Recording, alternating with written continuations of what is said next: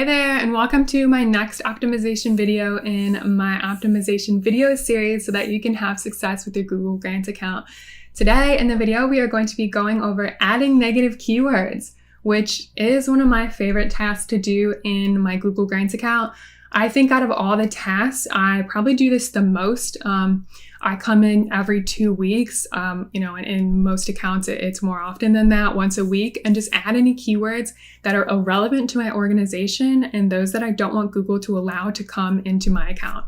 So just to go ahead and show you on this Excel document, we're right on this one, add negative keywords. So we're going to look into the search terms report, and then we're going to click cost and sort all of the search terms by cost and see if any of them are irrelevant.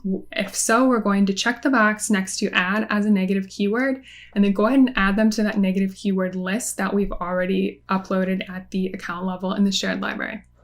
So now that you're in your Google Grant, you want to go keywords, and then we'll go not search keywords, search terms. So the difference here is search keywords are keywords that you choose to target in your account.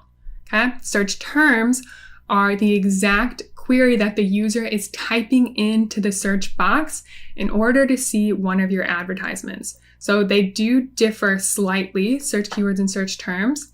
And to go ahead and give you, just while we're in here, I think it's worth noting, you can go ahead and add a column that is the actual keyword to go ahead and give yourself a little bit of information. Sometimes it's easy to just understand a little bit better. So I'll move this up to the top. And now we can see, for an example, volunteer near me was the keyword, phrase match, and the query was volunteer opportunities near me. Okay, so you can sort of see the keyword once you add this column that triggered the search query, right? All right, so now what we want to do, just as I said earlier, is we want to sort these by cost. So we'll just click on the cost column to sort, and then we want to look through the keywords to decide if there are any negative keywords that are irrelevant to our business. I'm just going to look in the last 30 days. So depending on how often you're optimizing, update your date range. And then we want to just go ahead and scroll down and go through these one by one. So depending on what your organization is, what your goals are, what your mission statement is, so forth, you want to really determine if a keyword is good or bad. So let's go ahead and chat through, again, prioritize your time by cost. I would say every time you come in, go ahead and shoot to go through the top 20 to 50 search terms and just decide if you should add them as negatives or not. Now there is another optimization where you add good keywords. That's going to be in a separate video. So go ahead and watch this one first and then watch the second video, and I'll show you how to add a keyword if it's a good keyword for the account. All right, so now let's just go down these. Volunteer opportunities, San Diego, that's really good. Volunteer opportunities. Service hour opportunities. That's a really weird one. I'm not sure what that is, so we're gonna click that. If you don't know what it is, you can always Google search service hour opportunities and figure out what it is. Perhaps it's like, a new brand or a new initiative. So I'm gonna click this because it's a bad keyword. Volunteer opportunities near me. YMCA volunteer opportunities near me.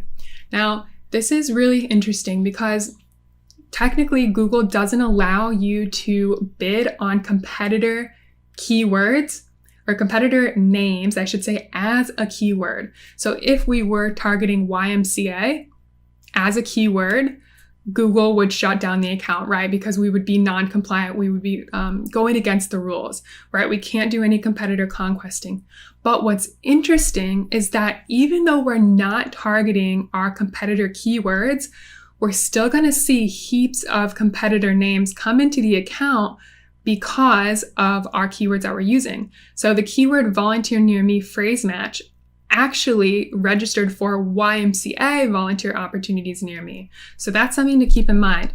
Even though we weren't targeting YMCA, this keyword, this user was shown an advertisement, and it looks like they did click through to our landing page. So that's really interesting.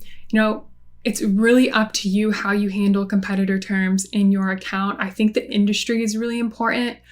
E-commerce is a little bit different if you're a nonprofit e-commerce versus, this organization, that's a small community organization.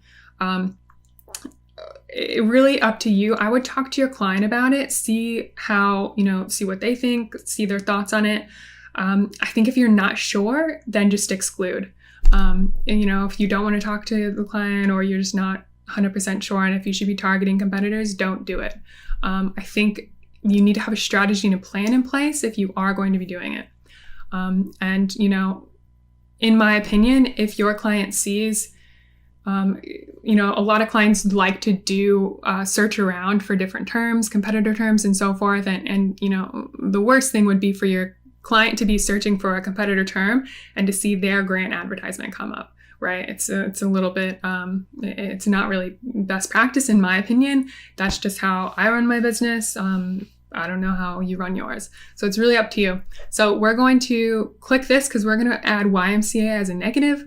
We're going to continue going down, bike routes, Daly Ranch trail map. These are all good. These are all really good keywords. Good. Animal shelter volunteer. That's a negative. So we'll add that. And that's good for now. So we've selected the keywords in the first, 20 or so that we want to add as negatives. We check the box. Now we'll hit add as negative keyword. Negative keyword list. Universal negative keyword list. So make sure that you're always adding these into the list. That way that these negatives apply to the entire account, not just a specific ad group or campaign. That's way too much work. We're not going to be doing that's way too specific. So service hour opportunities, that's just really strange. I'll keep that exact match because I'm not really sure what that is. YMCA, I'll probably move this as phrase, or you can keep this as broad. So it's really up to you. If you leave it as is, that's a broad match keyword. If you put the quotes around it, that's phrase. If you put the brackets, that's exact. Okay, so I generally would stick to exact and phrase as negative keywords unless you really know what you're doing with broad because, broad blocks the most amount of queries. And so animal shelter. So this isn't an animal shelter, so I could do animal shelter phrase match, or even further, I'll probably just do animal in general. I might even consider doing animal as a broad match keyword, right? Because it's so irrelevant to this organization. So we've changed the match types, and then we'll hit save. So now these keywords have moved over to the tools and settings, shared library, negative keyword list. So now you'll be able to see, like if you were to click into your negative keyword list, you'd be able to see those 3 new keywords that we just added in. If you made a mistake, you can always remove it in the negative keyword list, no problem. But that is the easiest way to go ahead and go through and add any keywords as negative in your Google Grants account. Whew. So if you want to get my full-blown 30+ optimization document that has everything and anything that I do in my Google Grant accounts for success, I'm going to include the link right below here. So go ahead and click, and hopefully you can get the most out of that document. And of course, I will see you in my next optimization video.